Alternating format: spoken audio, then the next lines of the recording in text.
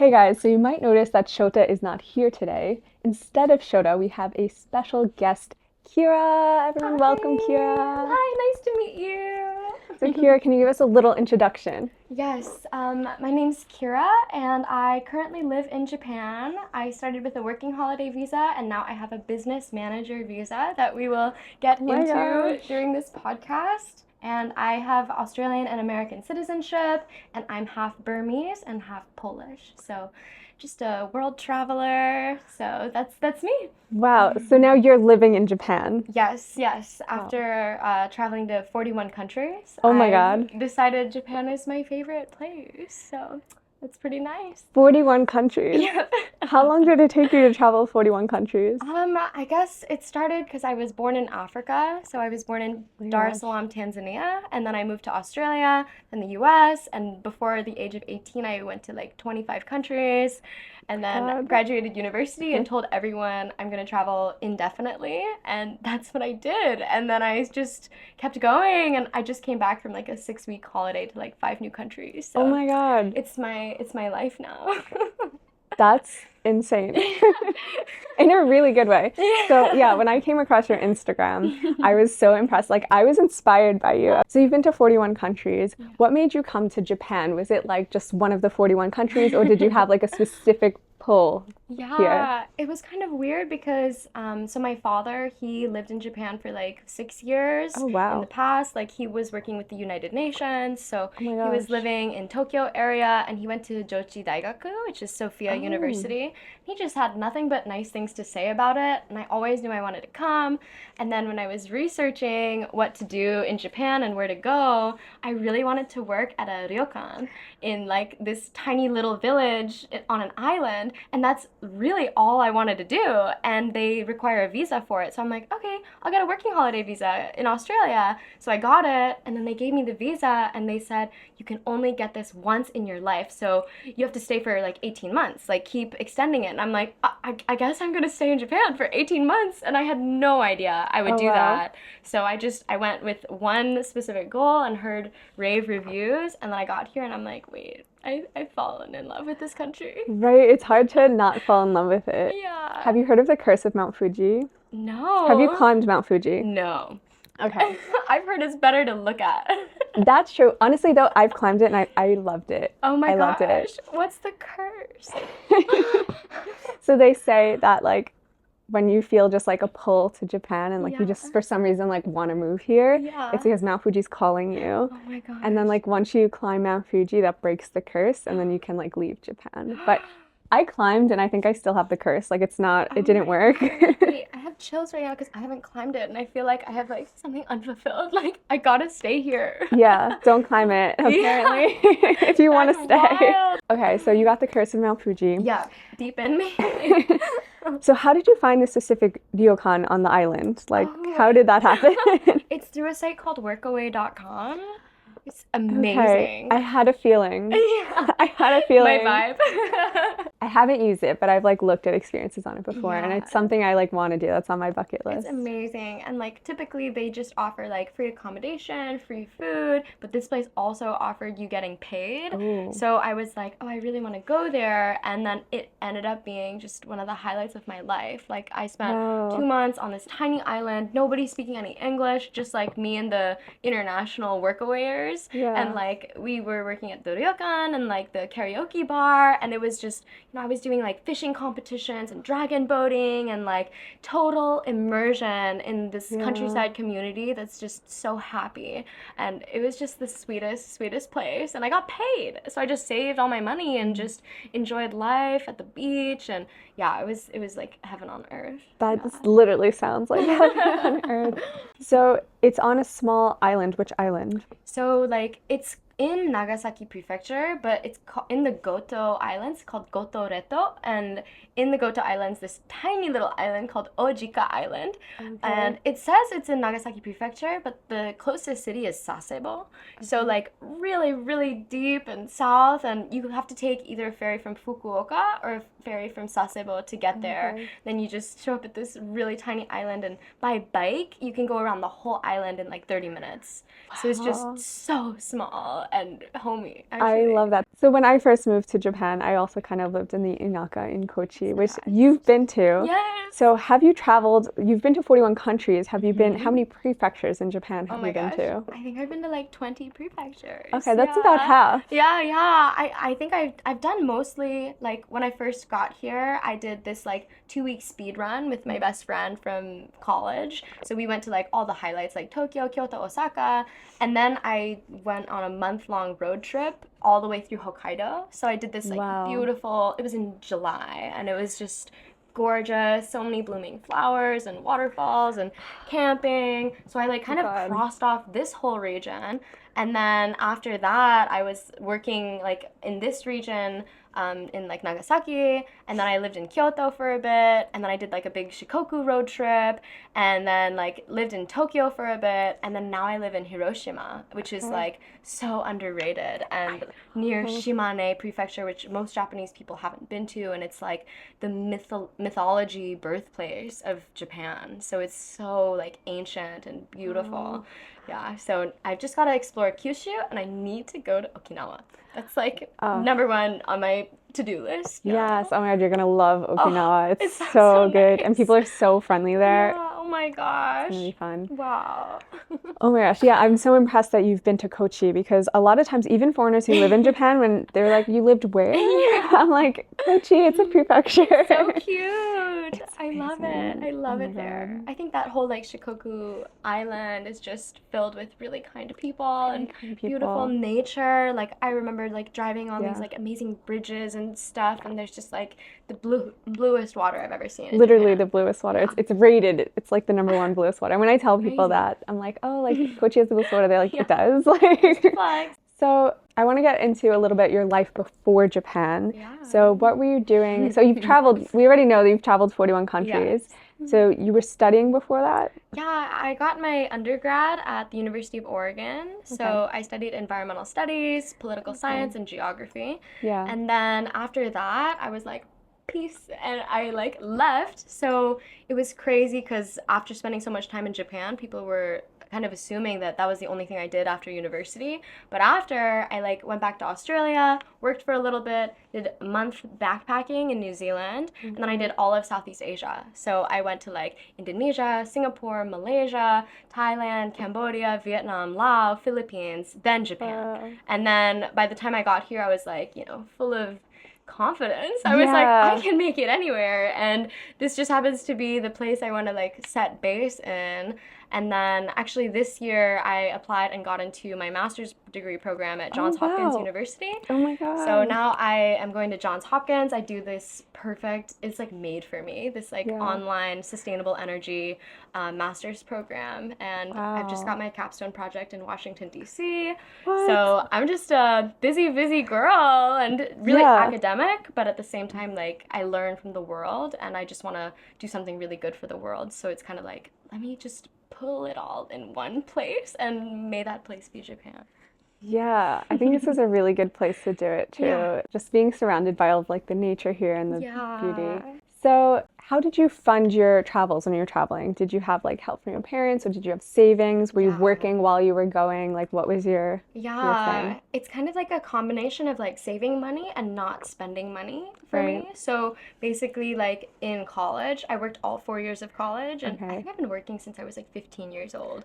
And by my senior year, I like was best friends with this girl who was about to travel Europe, and I'm like, how much did you have saved? And she's like, $30,000. And I'm like, okay, that's gonna be my arbitrary goal now. So I like picked up a second job and I just worked like crazy, and then I had 30,000 in the bank, and I'm like, I'm ready for the world. And then I went to Australia. I didn't have to work, but I worked for another 6 months. So I just kept making savings.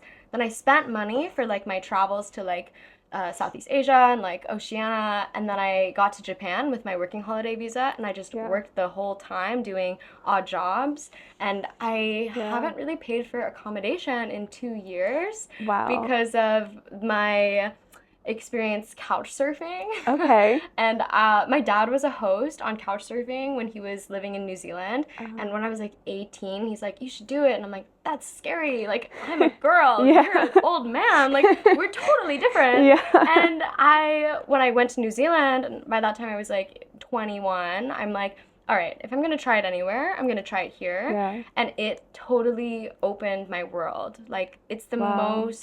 the most amazing people I've ever met. So generous. Like, they don't care about money. They care about making authentic connections in the world. And I've never slept on a couch. Like, I've always stayed in like, I've seen like a cabin in the forest that's rented out as an Airbnb, or I stayed in a villa in Sri Lanka with my dad, like with the ocean. I volunteered teaching English in like Vietnam and all these different countries. And the place I live right now started as a couch surfing place, and I just live there for free with this like guy who's kind of turned into my like kind of like dad. Like he's become like my dad in Japan. Even like talking about like adoption and stuff. Like it's crazy. Wow. And that was couch surfing. And it's like you just meet amazing, genuine people that care about the world and care about humanity.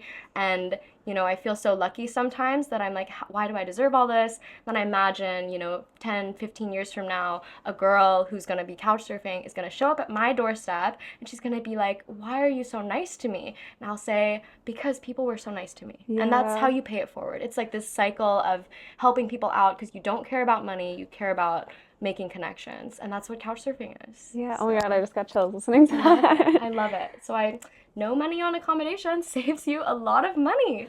Yeah, that's so good to hear too, because I think I've never tried couch surfing personally because I've been scared of it. Because like you said, like you're like, I'm a girl, dad. Like, what do you mean? So how did you get the confidence to like start doing it? Did you just like jump in? I definitely I just go in with like a really good intent, and like, you know, I'm not strapped for cash. Like I've never been so desperate to like stay somewhere just because it's free. My intent with couch surfing is to like stay somewhere amazing and immerse with a family. So like if I get any weird vibes, I'll just get out of there and get a hotel. But the second you're kind of desperate, then you can like get into some bad situations. But even on couchsurfing, like it's on couchsurfing.com, and there's like 40 million people on there, and there's a reference system. So like I won't stay with someone if they have like no references, obviously. So I like read all the references, and everyone's like, this is the most amazing person in the world. Even the references I have, it's like, wow, like Kira is so like bright and energetic, and people want to meet me because of what they read about me. And same with me and anyone I stay with. So I've just not had negative experiences because you just pick the one you want, and you just end up having a really positive experience just like everybody else. Okay, that's good advice. It's pretty safe. Yeah, like you can just read the reviews. Exactly. Like as long as they're credible, then you're okay. Have you had any experiences traveling that were scary? Like whether it's staying somewhere or like doing something? Yeah, like not really. It's like it's a combination of like luck, but also like it might seem like I'm like really adventurous and like risky, but I want to live so long. Like my goal is to live till I'm 117. And I read it in a book. Like this Okinawan like grandma was 117, and I just want to live as long as possible and like have as many experiences as possible. So I guess I just got like really wise about that. And like after so many countries, and I've been to some pretty crazy places, I just know what to do and what not to do. And like I think my aura makes people like respect me a little bit. Like if I'm always solo, but like if people are coming up to me, approaching me, like I'm just so friendly and nice, but I just keep going. Like nobody can catch me. And I think that makes me like really confident. And like negative experiences have been like it's really hard. Like I feel like I just, even if I'm alone, like I'll make the right friends and connections, that I'm never in a place where I don't know anybody. Like I always have some contact that I could be like, hey, things are a bit weird, can I stay with you? And they're like, yay, like of course. And it ends up being like that was meant to happen. So I don't think anything's been too bad so far. Oh yeah, I feel like you probably also have street smart. Probably your parents have been traveling with you since you were a kid, right? Yes. You were literally born in like another country than where your parents are from. So and my dad's been to like 70 countries. Oh my God. Mom's been like to 30, and she like immigrated from like Myanmar to Singapore, started learning English, then Australia, and like she's the first in her family to like move away from Asia. And she's just so like confident and resilient. And I was like, definitely raised like that. And like by age like 3, 4, I was like visiting like Sudan, Malawi, and like really dangerous places, but just totally exposed to the world. And as long as, even if you don't speak a language anywhere, like if I'm smiling somewhere, like I just get received so well. Like people are so happy to, prove your misconceptions wrong. Like literally 99% of the world, like people are, I think, inherently good. And once you start believing that, like the good people come to you. So yeah, I think it's easy like that. I think so too. I could just tell, like, I can feel your aura too, just being next to you, like the second I met you. Like, so cultural adjustments. So what was your biggest culture shock when you first moved to Japan? If you had any. Sometimes people don't have them. Yeah, it was so interesting. Like, things have changed now because from like being a tourist in Japan versus living in Japan, I think there's really different cultural things that you have to assimilate to. Right now, the biggest thing that's like sirens in my head is the bureaucracy. Oh my God, yeah. It is so crazy here. The red tape. There's like, so much. It's insane and like kind of amazing, like how tedious and organized and paper heavy everything is. And I find it incredible actually. And like, maybe if you're not so used to traveling, you move to Japan and you get like so frustrated that there's all of these things you have to do that so meticulously, and if you don't do any of them, you'll just have to go back to the beginning. And it can be really frustrating. But when you like, if you've experienced Africa or like Southeast Asia and things are corrupt, you will do everything the right way, and someone just puts the money in their pocket and just rips up your application. So it's something I really appreciate about Japan, that it's so not corrupt, that if you just follow the rules, albeit really difficult sometimes, then everything will just go smoothly. Like, it's like once you submit it and you know it's all right, it's just a waiting game. And I've learned to really appreciate that, despite how many times, I get tiny little like error and I have to restart everything. But I know that it's not corrupt, and I know that it will work out. And it makes me, same with you, like really appreciate how, foreigners are living here, or any business owner. I'm like, you had to do all of those things to operate your business. And now I know firsthand how difficult that was. So I can really respect and admire every person in Japan for that. And it kind of makes sense, like their attitudes and the way they navigate the world, you can tell they've been through it. Oh my gosh, for sure. I think a lot of foreigners do complain about like the paperwork and the bureaucracy stuff, but I think if you think of it like, if without that stuff, we wouldn't have like the organization and the cleanliness and all the stuff we love about like living in Japan and Japanese society. So it filters out the people that aren't determined enough. Like if you really want to be here, you can be here. But if you give up, then go home. Like, for sure. It's kind of like you have to be determined. Determined. That's a good word. That's definitely a good word to describe it. For sure. Okay, I want to dive into your business now because I am so curious to hear about your business. I'm so excited. So what is your business? All right. So the way that I'm sort of like encompassing it is basically like a community revitalization international exchange center. So like, as you know, and probably all your viewers know, like Japan has a crisis with declining population and the weak yen. It's just hard for Japanese people to travel. And actually a lot of foreigners, they want something more immersive and amazing than just, Tokyo, Kyoto, Osaka highlights. They want something beautiful, and people like us are like, come to the countryside, but it's not so easy to get there and connect with the right people. So I have basically like 3 facets of this business, and mind you, I live in like super, super countryside Japan, and it's really like traditional. There's some customs there that you can't really see anywhere else in Japan that are like thousands of years old. And I'm really in it. Like, I'm even part of this like dance team, and we're like doing rituals for the gods, and it's wild out there. That sounds so cool. So interesting. You should come. Everyone need to come. But basically, like, I was so inspired being where I'm living that I'm like, I want to share this with the world, but my main focus is the community and like what I can do for the community. So basically there's like 3 facets of it. It's like, one is for the locals, one is for foreigners, and one is this sustainability agenda that I have because I'm getting my master's in sustainable energy. I want to like change the world and like and model something good for the rest of the world. So that's like long-term goal. But basically, for the locals, it's going to start as like a English conversation center. And if I have interesting foreigners that come there, like a Brazilian guitarist or like an amazing artist somewhere, if I can invite interesting foreigners to kind of do like a showcase or something, it's an opportunity for people in the middle of nowhere to see something that they can't see. They have no exposure to the rest of the world. All they know is like Japanese traditions and culture, and they really appreciate like worldly cultures. And I'd love to offer like a space for them to kind of like see something interesting and unique that they can't see at home.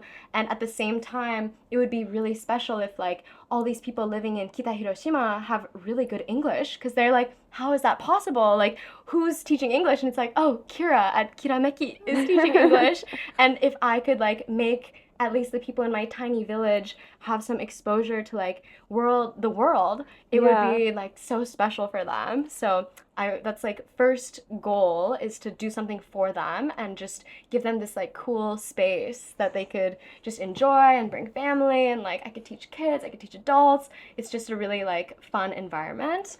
And then for foreigners, basically like when I talk about those ancient traditions and stuff, I kind of can do like either like short or long-term stays and offer like a total inaka immersion experience where someone could come there and, you know, I have all the connections there. Like you could learn how to farm rice, you could join me in my dance team, you can meet all the locals, you could even help teach English and like connect with the locals in a new way. And I live in a huge Japanese house with tatami rooms, so it's super traditional, and I'm even able to start acquiring property and like give you like your own countryside house for like a month or something, like a huge house. You could live out there, and if you're an artist or someone, you can just like be inspired there, live somewhere new, and just experience the beauty of the countryside. And that's kind of the goal, where, you know, I think everyone could learn something from this lifestyle. And, you know, even in the US, like things can be, you know, really expensive or really like political and really heavy, that you want to just get out and enjoy nature and some Zen life. And I can offer that. So that's kind of my goal for foreigners and the locals.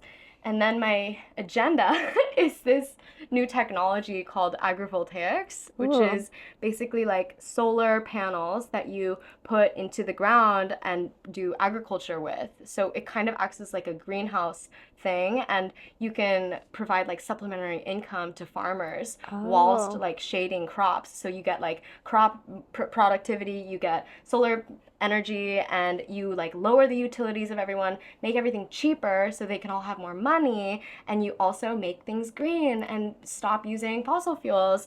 And if I can model something that's centered around the community but expands into sustainable energy, it can showcase how rural communities across Japan and the rest of the world could do sustainable energy and benefit as producers and consumers, and we just make the world green. So, oh my God, I love big goal. Everything about this. Okay, I don't even know where to start. So, how did you first find this place in Hiroshima, like this town where you're starting your business? Couchsurfing. Couchsurfing. Oh my gosh, guys, we got to get on couchsurfing. It's so weird, like so wild. I found I wanted to stay in Hiroshima, and I found this place. He had 200 references. This guy, his name's Max, and I was just staying for like 2 or 3 days, and so the dance is called kagura, and it's really, Japanese people don't even know about it, but it is famous. Like is it like a locally famous thing? So it started as like a ritual for the gods. So it's like 2,500 years old. And like actually the village I live in called Kita Hiroshima has the highest concentration of kagura teams in Japan. So for some reason they're all there, and it's like really historic. But he likes to host people to like visit these shows. Like he doesn't want to host someone. It's not a place to crash for the night. It's like a place to like experience something new and interesting. So I came for a weekend and like saw a kagura performance. And you know, Hiroshima is so special because after the atomic bomb, it's a really like serene and solemn place to visit, where you can feel the energy of like all of the lives lost and all of the ways they revitalized the city. And where we live is like an hour north, like really countryside and totally untouched by the bomb. So you have the history there that was all annihilated in Hiroshima, but where we live, it's like thousands of years old. Like the house I stayed at is like stained black from the ash and rain after the atomic bomb. And even Max's father saw the mushroom cloud from the doorstep at 8 in the morning on August 6th. And he saw it. And the house is totally preserved. I even felt like I was staying at like a UNESCO World Heritage Site when I was there. It sounds like it. It was so crazy. And like the property is just enormous. Like we have like 8 rice paddies on the property and like huge tatami rooms, and I have like my own whole upstairs area. I can make it a cafe. I can like do all this stuff, and we're at the end of this like really cute small neighborhood. But it just started off as like me couch surfing there, and then he asked me after I stayed there, just because we build good rapport and trust, he asked if I could come like the following year and just take care of the cats while he traveled Europe for a month. And I'm like, yeah, definitely.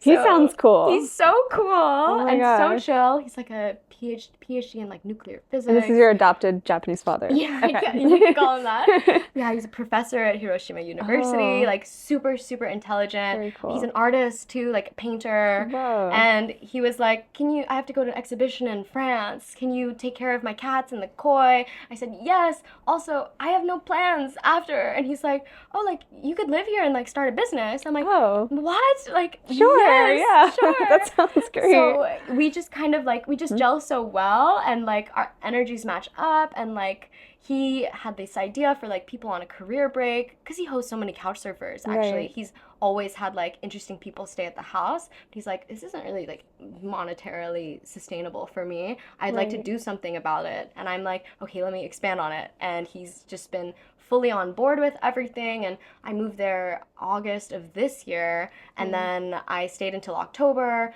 and then got everything going, and then I was in the Maldives when I got a call that my business manager visa got approved. Oh my God. So congratulations. Now I'm like, I'm gonna go back in 6 days, and everything's just going full speed ahead. Like I've got to establish my company. I bought a car there already. Oh my gosh. I've got my first customer staying for a month plus that is gonna kind of be like my assistant, but also like total immersion in the countryside. He can do like film and everything and just experience it. And he comes on the like one day after I get there. So everything's just going, and I'm still a master's student. Like it's so busy. Yeah. Oh my gosh. How are you doing all this? It's so crazy.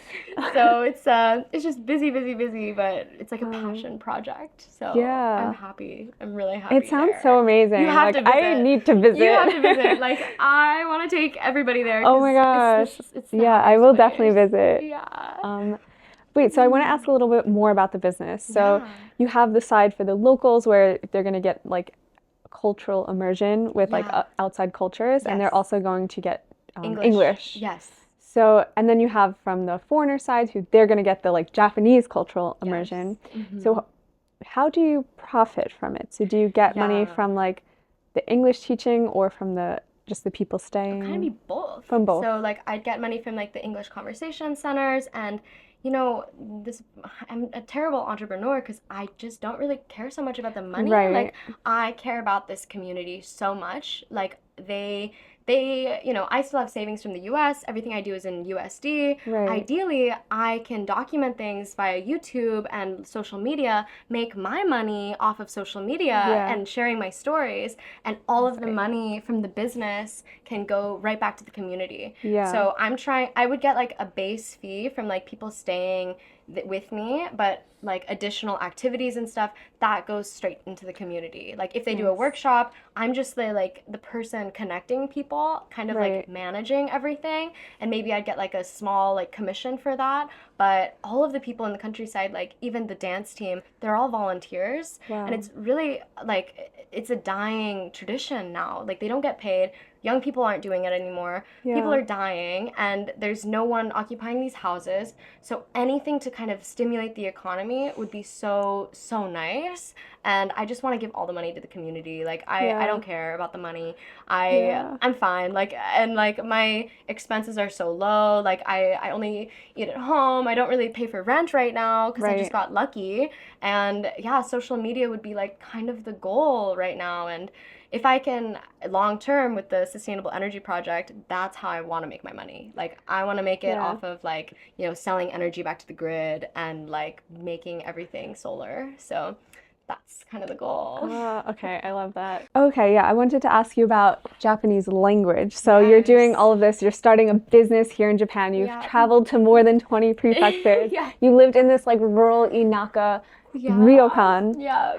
How is Japanese language going for you? Have you studied it all, or are you just picking things up, like, or you're just not even using it? Like, what's your Japanese language experience? It's been so strange because I've had no formal education, and there's been points in Japan where I've gone like a week or two not speaking any English, and I've just had no formal education. And actually I did Duolingo, and Duolingo is really good for like reading, and there was a morning where I woke up in Hiroshima and I broke through and I could suddenly read everything around me, and I'm like, whoa, like I get it now. And that was crazy, and that was from Duolingo, and I get like vocab from Duolingo, but everything else is like from total immersion. Like I just pick it up from like working with people, from my friends here, observing, listening, and my comprehension is so good. I'm just so shy, and it's very hard for me to like speak and ask questions, even though like it's the weirdest dynamic when someone speaks at me only in Japanese. I understand everything,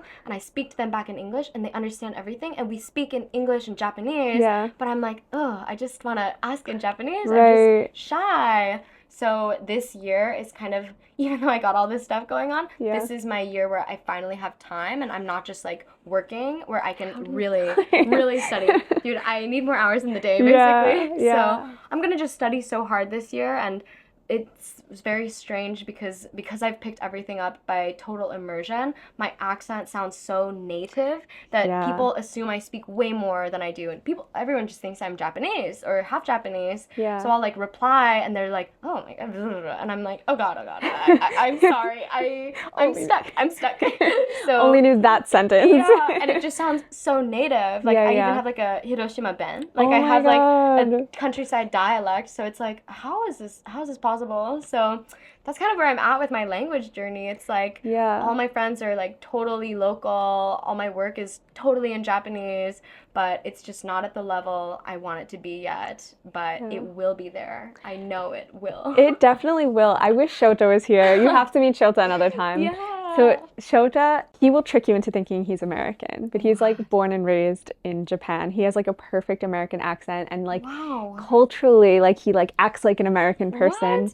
It's crazy. I always like we have a joke where whenever we meet someone new, I say he's from Michigan. Oh my god, bro, that's where my dad's family is. I'd be like, yeah, from Michigan. He used to live in Michigan. That's why we say it. Like he went to like a year in high school there, and then he did college there. Way cool. Yeah, you have to meet him. He's great.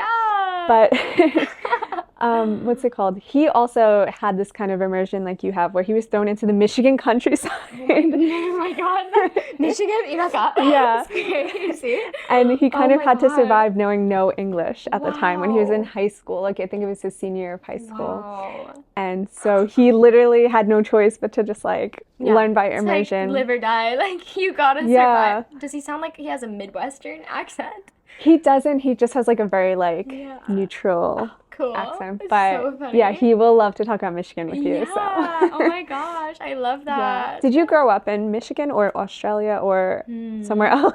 Yeah, it was like Tanzania, and then it was like Canberra in Australia, the capital city. And then I moved to Oregon when I was 15. And then now my mom lives in Seattle. So I'm very Pacific Northwest. Your parents must be so cool. Yeah, they're wild. Like, yeah, my mom is amazing. And my dad, we just traveled together actually in like Sri Lanka and Thailand, Malaysia. Just having a blast. That's amazing. So, yeah, I got a cool upbringing for sure. Okay, so I want to talk about content creation. That's where I meant to ask you about before with your business. So I've noticed you do content creation, but you're not like consistently posting. So you're just kind of like doing it randomly. Yeah. How has it been doing content in Japan, or like, Yeah. is your goal like strictly for business, or do you like doing it? Is it like fun? What's content for you? Yeah, content creation just came so organically and randomly. Like, Yeah. I don't even know, like, everyone that follows me, most of the people, like, I met through my traveling. Like, I'm just wow. really extroverted. So Yeah. I just meet all these people, and I just post what I want when I want to, and a lot of people in real life and like not in real life have been really interested to see the journey. So it's Yeah. just people picking me up in the algorithm and me just being my authentic self. So I have such a good relationship with social media where it's just Yeah. not my job, and it's Right. just something I do for fun, and people happen to like that. And that's been so convenient for me. And like the weird way that I've kind of amassed a following and like got fans was through all of these like weird situations with and collaborations, like Yeah. doing a podcast, or I did like an interview with, Takashi. Oh yeah, I saw that was one of your experiences. Yes. So that went viral, and then I was in like a long form YouTube video with him. And then in Osaka last year, I went totally alone, dressed as a sexy maid, and I just went alone in the world in Osaka. And then someone came up to me, and I saw a camera. He was like, "Oh, like, you're so cute, like, I'd love to take you out on a date." And I'm like, okay. And he happens to have 5 million subscribers on YouTube. Oh my god. So we did like a video, and he took me to USJ. That got like Wow. 1 million views. Oh my god, I like, need to see it. it's crazy. And like I filmed like 4 or 5 videos with him and his sister, and like they just keep going viral. So like I have all these Japanese followers that are like, Kotatsu and Kira, like, when are they gonna meet again? And it's just so random. So I did that, and I keep getting on the news for some reason. Like, that happens. If you're a just foreigner so living in weird. Japan, you will be on the They're news like, oh, you're at perfect least for once. like, so nice and random, and like every job I've worked, they just want to film it. So I've just done that, and like I keep doing collaborations with people, and like I was just in a video in China and it went viral. What? So I have like, that's where I got like 2,000 new followers, because they're like, we saw your video on Douyin and we loved it so much. And I just keep doing this. Like, I just keep doing collaborations, and that's how people find me. And for some reason, it's just been working out really well. Yeah, so, that's how I found you. It's so nice. You can like it. feel your vibe through your content, so It's it's like so you can like feel that cool. it's like authentic. That's so nice. Yeah. That's all I want to do. Like, even my YouTube channel, I have so much editing to do now, but Right. I'm so close to getting monetized that it can actually be like worth it for me. Yeah. But I'm just sharing my stories with the world and trying to like, give some of my happy energy and do something good in the world. And that's just been for me and for others, and that's just kind of my goal with it. Like, no money yet, but I get some really amazing experiences out of it. So Yeah, for sure. worked out nice. It's such a good way to connect, honestly. Instagram, YouTube, and find like other people like in the sphere of wherever you are. Exactly. The algorithm's gotten so good. It's really good, honestly. Like, I know like it can be toxic, like Instagram and stuff, and it does have addictive things. Oh yeah, that's why we use it. Yeah, but it has a lot of good too, and I Yeah. feel like it's brought so much positivity into my life personally that it's like Definitely. Yeah. outweighs the bad I so keep much. meeting great people. Like, this Right? is such Yeah. a spontaneous, It's so sweet spontaneous. thing. Like, I'm so glad. I'm so glad it worked, because you literally are here like only 6 Trying to days. catch me. And I'm literally catching a flight like at 6 a.m. tomorrow to the US. Oh my gosh. It's amazing. So, literally, Have you like heard of, one moment. Ichigo Ichie? Yeah. So sweet. This is very Ichigo Ichie. Yeah, exactly. Takashi, I didn't see the episode. What was it about? Like, what was he interviewing you about? It's cool. Like, he asks so many different questions and can like do it in different videos and stuff. Yeah. But the one that went viral on Instagram was like my Tokyo recommendations. Oh, So okay. it was so cool because at that point I had been in Japan for like 7 months and like lived in Tokyo for a month. Yeah. But my recommendations were like, I just interact with the coolest people and I know Yeah. the nicest places. So it was really fun to just share them with the world. And I remember, that video did really well. And then his long form YouTube video that he like recently posted was about like dating in Japan. And that was really interesting because I remember being like really scared of getting like backlash, but Right. it turned out super cute. Like I was like, Oh, oh wait, nice. no, I have a good vibe there. No one can give me hate on this. So Nice. it's really cool. Like yeah, he's the way I researched about Japan before coming here. Oh, no I was way. like, what is it like on the ground? And his interviews were like, Yeah. oh, like that's what it's like. Like that's what it's like for foreigners here, and it's very accurate, and there's so much content about it. So it's being on his page was so cool, and I think I'm gonna do an interview with him in 2 days Oh again. my gosh, Yeah, what? because That's our last video awesome. did so good. His editor's like, get her back, and I'm like, I'm coming. Yeah. So yeah, Down. I'll meet up with him again, and he's just a really good friend of mine now. So That's so really nice. awesome. So I need to know now, what were your Tokyo recommendations? Okay. I feel like they're going to be really good. Like the last time I did it was just like, you know, I was in a different era, you know, like I was definitely more like city girl vibes, like to go out at night. But for example, like my favorite bar is Analog Record Bar. Okay. Have you been there? I haven't. It's so amazing. Like it's Wow. like really quaint, and you get this like really cool vibe where you like pick your own record to play, and like the drinks are so nice, and it's just like the perfect place for date night. Okay. So really love Analog Record Bar, and it is talked about a lot, but there's this udon place in Harajuku called Menchiraishi, and Okay. it's seriously so good. Like Yeah. people like go there, and just because there's so much hype, they're like, oh, it's not worth the hype. It's actually so good. Yeah, Like, it's really good. trust. Like it's so nice. I've been there. So I love that place. And like when I was doing the interview, I got a lot of hate for this place that I recommended, Ginza. Okay. Because when I was like, after I did the video, Ginza was this place I was exploring a lot for like architectural reasons. Okay. And there's so many hidden gems there, like Yeah. rooftop gardens, everything's free actually. Yeah. Like Ginza is such an expensive place, but if you like go there and just like explore different places, you'll just find like the architecture, it like captures what modern Japan can be like. Like it's Yeah. this beautiful like it's everything that you see in traditional Japan, like meticulous design, but like modern, and it's just so outstanding. So I was just doing a lot of exploring around Ginza and like visiting every rooftop garden, and just loved it so much. Yeah. Yeah, I think that's a good recommendation. I don't know why you got so much I know, hate. they're like, she sounds like such a rich girl. I'm I like, guess, yeah, I 'cause wasn't it's spending any money. expensive. Like, I'm like, well, maybe if you want to spend money, sure, but I guess, yeah, people yeah. do associate it I with like the know. fancy I'm place. like, it's not like everything was for free. You can go to the Hermes store, and there's an art gallery on top for free. Yeah. So it's really cool like that. Oh my gosh, I definitely have to check out that Analog Bar. Where is that one? What neighborhood? It's got to be closer to like Shibuya area. I think Shibuya. like walking distance from Shibuya Station probably. Yeah, that Yeah. sounds like my type Yeah. of place. Oh, and the last place you really should go, even though I'm not a big party person, there's Yeah. a bar called Vent, or club called Vent, and you're not allowed like your phones there. Like you can take it down, but they like Oh. cover your camera, so it's like really like Yeah. exclusive kind of. The Yeah. music is crazy. It's got this like beautiful like concrete walls and this huge tree inside. It's Ooh. like you see the shadows of the tree and the music, and it's just got the most amazing atmosphere. Like I go there, and Yeah. everyone just is totally entranced by the music and the drinks. I remember there's like this oolong drink Ooh. there that I really like, and if I want to go for like a really cool club experience, I go there at midnight, and I stay there Okay. till like 5 in the Oh morning. my gosh. And I'm not even a partier, but it's freaking cool. Okay, yeah, that sounds great. Oh my Yeah. god. I'm not a partier either, but like it sounds like If you're something gonna I go anywhere, might you'd like want to even check out. Yeah. With Shota, he's more of a partier than Oh me. yeah. Event.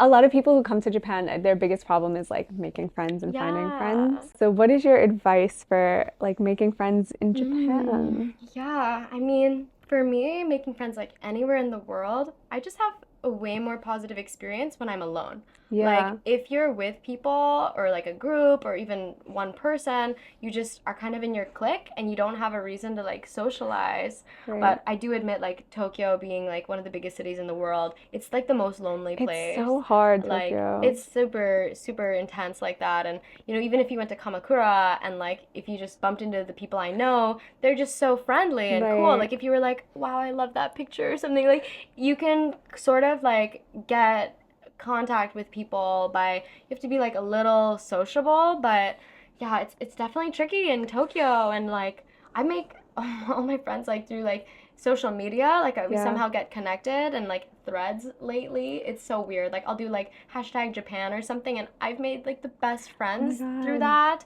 And like even couch surfing in Tokyo has been so interesting because I'll stay somewhere really unique, and like I'll meet their family, and then like we'll go to like a family dinner with all their friends, and like that's a network, and I just connect with all those people. And I keep trying to like meet interesting people and just send DMs, like keep going to interesting places. And if you go to like, bars and clubs and stuff, there's like really amazing people out there, and some travelers, some people that live here long term, but you just kind of gotta be a little bit extroverted and not so in your own space. Like, and I think there's definitely like Facebook pages and stuff.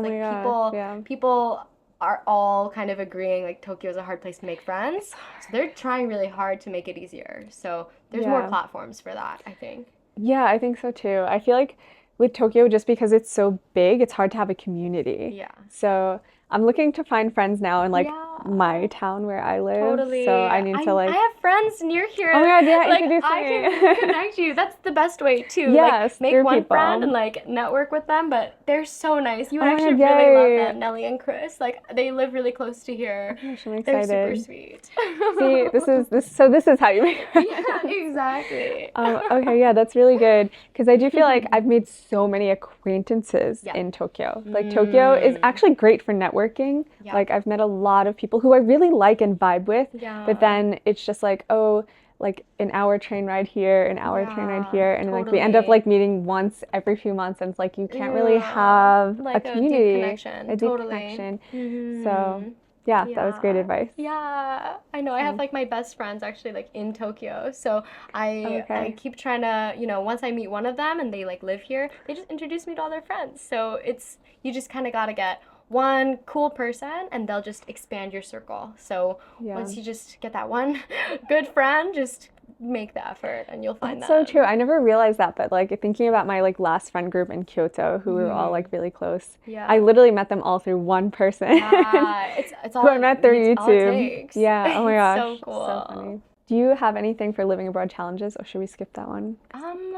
Living abroad challenges, that goes into like the bureaucracy, and I do have something in terms of like the frustration of like the language barrier. Like you really just have to have like a nice attitude about it. And the funny thing is, like, even though you don't speak the language, once you do, you realize that all of the chitter chatter and like the small talk, it's literally what we hear in English. Yeah, like, right? It's like, oh, like the weather's so nice or something. Like once you realize that, it's like, oh, like they're just interacting the way we think they're interacting. And it makes the world like more colorful. And even though you can't comprehend everything, like it is so important to like try and study the language. But once you realize it's really not so different than what you hear at home, it's kind of sweet thing. Like we're all the same. We all think that sakura is beautiful. Like we're all talking about the same thing. For sure. I think also maybe assimilation can be tricky for some people. And the way I look at it, even to any country I go to, is we're a guest, and it's not a bad thing to try and assimilate. Like, it's actually a very healthy thing. You don't have to stay that way when you go back home. But more often than not, it can make you a better person. And it can make you more open-minded and more, like, adaptable.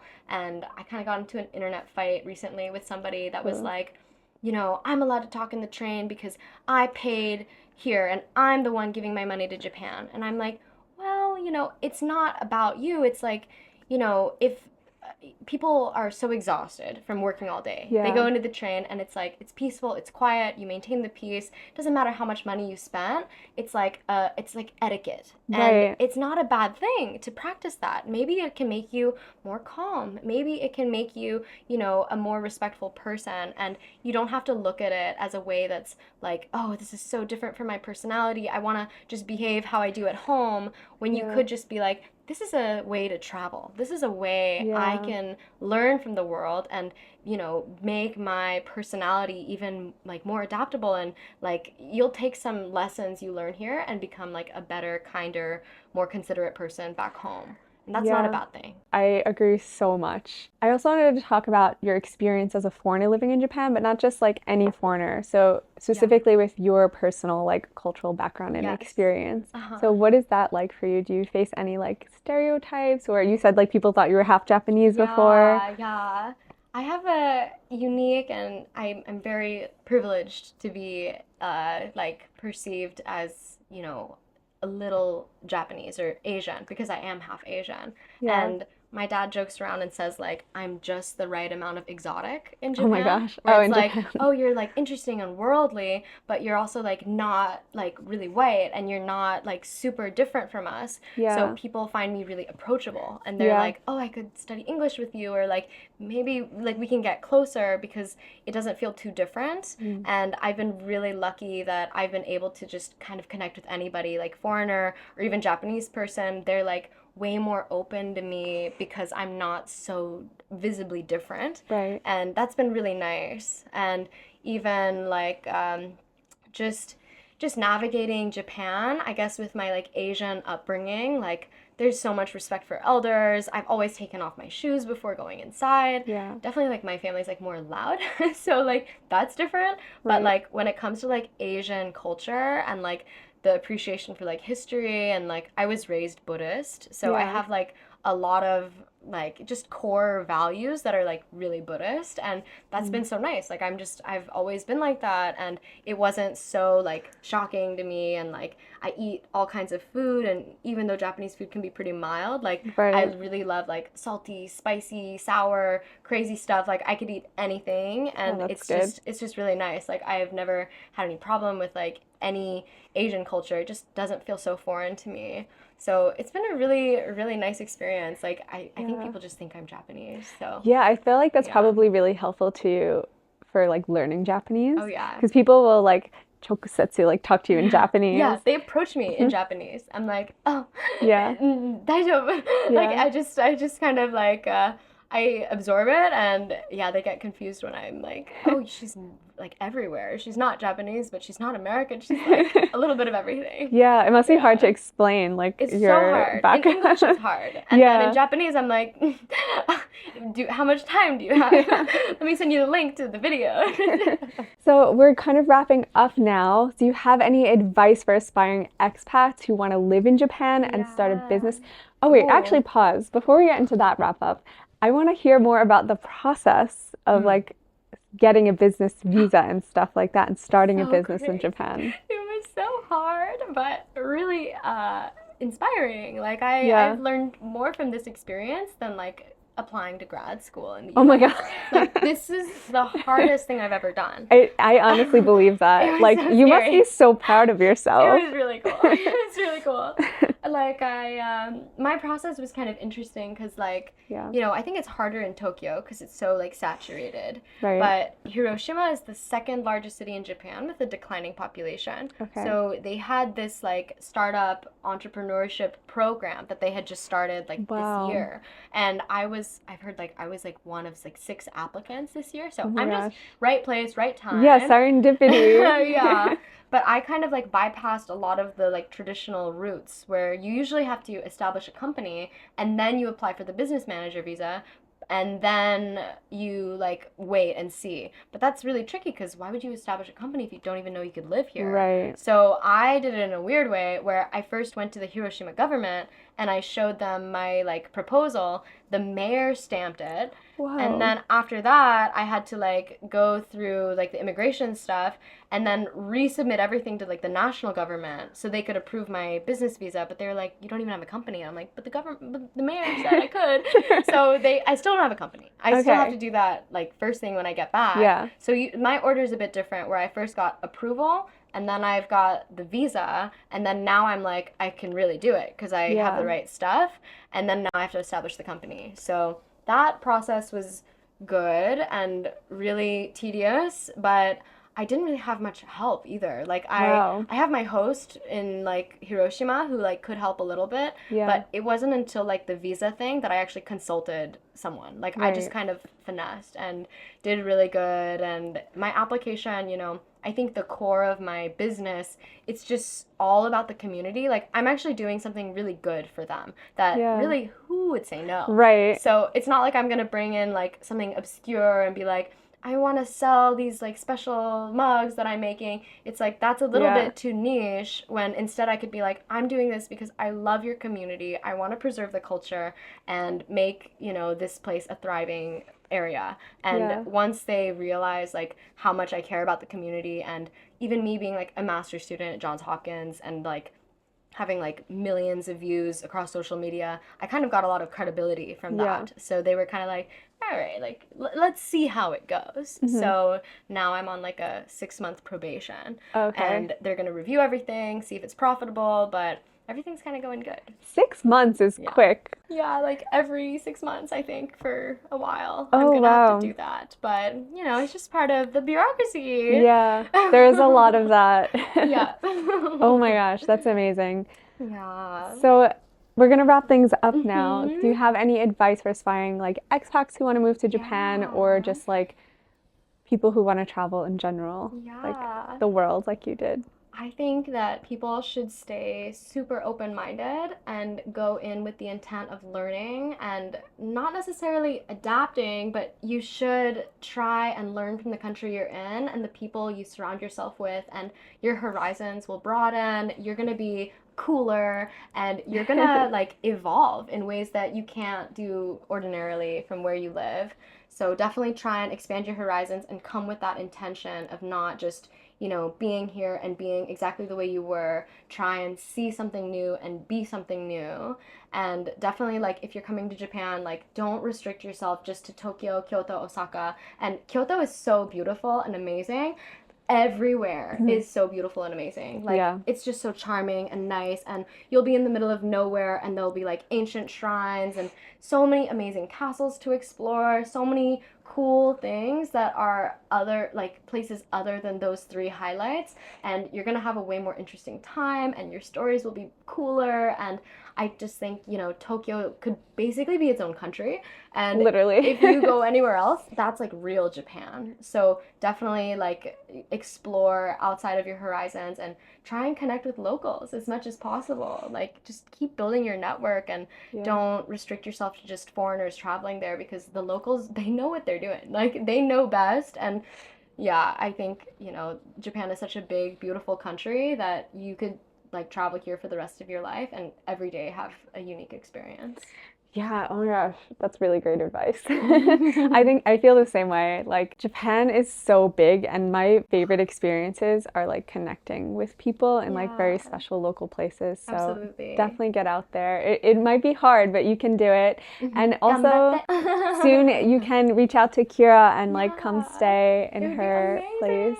So If you want to see some ancient Japanese rituals and learn some, you know, unique customs like kendo, or like, you know, rice farming, and or even just like have some peaceful time in the countryside in your own tatami room, let me know. I'm gonna be launching everything in like a week, so oh my gosh, I'm so excited. So where can people find you? Where should they reach out to you? Definitely Instagram, and I'll be like posting a lot more on YouTube, and everything I do is under Kira Flowers with a Z, so KIRAFLOWERZ, and that's every social media of mine is Kira Flowers now. So I'll be publishing my website soon for the business, and just everything's coming alive. Great, nice and easy. We'll also put it in the description so you can find all of her socials there.